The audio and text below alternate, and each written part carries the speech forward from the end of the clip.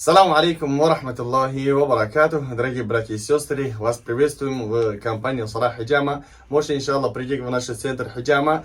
Для нас, иншаллах, для вас есть хорошие подарки. Также есть Коран, кто проходит на Хиджама. И для него, иншаллах, коврик для намаза. Также духи можем подарить, потому что в священном месяце Рамадан делайте духи и делайте с этим намаз.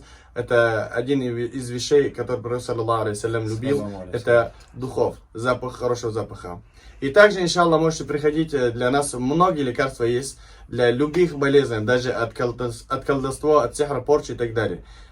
Вас приветствуем, иншаллах, приезжайте в любое время, мы всегда рады помочь. Ассаламу алейкум ва рахматуллахи ва баракату. Салам алейкум, бародарон англистам, я натажне патолог هم هستم. کسی که خونه‌اش هم میخواد که نتیجه پدالو کنه انشالله که برادرها هستن در خدمت هستن میتونین که زنگ بزنین مسکو و مسکوفسکی اوبلاست رقم ها را انشالله که در روی اکران میبینید. السلام علیکم. با دعا باشین برادرها در آخری ماه شریف رمضان.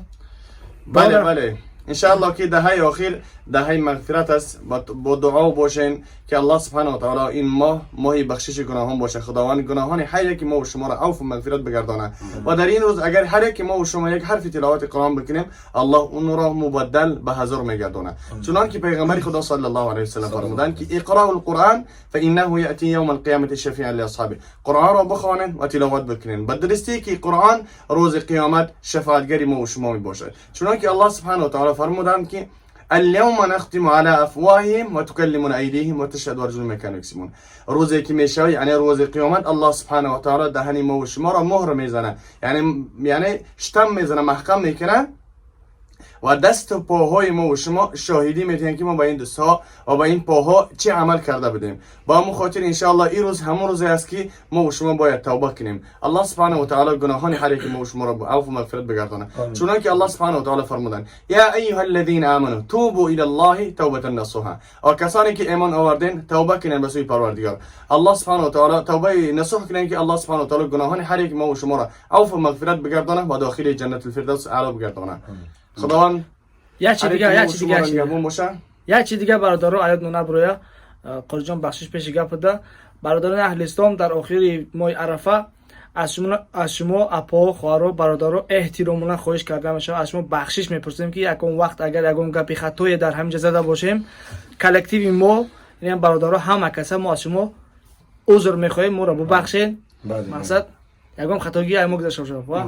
دوستان عزیز، در حق برادرایی که در حفظ وطن جان دادن در گرانیت تاجیکستان و قرقیزستان در حق دعاگو باشه پروردگار روحش شاد جاش و جنت بگردونه. آمین آمین. ان شاء الله که این روز یعنی عفو است. باید کسانی که یعنی برای ما و شما بدی کرده باشه ان شاء الله که حرکت کنیم اونها را ببخشیم و کسانی که قرض دارن یعنی طلب کنین بتونین به قدر امکان یعنی ببخشین تا اینکه مثلا همین روز خیر شوه. همین صدقات شما که یک رول بل اگر صدقه کنین یک رول به هزار میگرده، اگر 1000 بل کردین این به میلیون میگرده. خوش به حال شخصی که در این دهه عرفه یعنی خیر سخاوت میکنه، یعنی دستگیری برادران اپا و خواهرها، دستگیری یتیمان میکنه. با مخاطر فرصت را از دست ندهین. بدن برادرانی پیش از کرونا ویروس بدن برادرانی که گفته بودن که یعنی ماه شریف رمضان یعنی توبه میکنیم برمیگردیم به سوی پروردگار، اما متاسفانه زنده نموندن، از دنیا گذشتن. با اون خاطر این روز الحمدلله ما و شما فرصت داریم، فرصت را از دست ندیم، با توبه باشیم،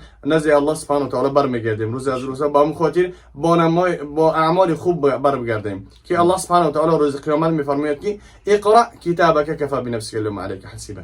بخوان آن کتابی که در دنیا اون را کتابت کرده بودی. در اون کتاب چیزی نوشته باشن، همون چه عمل هایی کرده باشیم همون روز قیامت نزد پروردگار یعنی کتابت میکنیم میخونیم. با همون خاطر حرکت کنیم که نامه اعمال ما و شما پر خیر سخاوت باشه و حرکت کنیم زکات مالتون بدهیم. و قدر امان الله. السلام علیکم.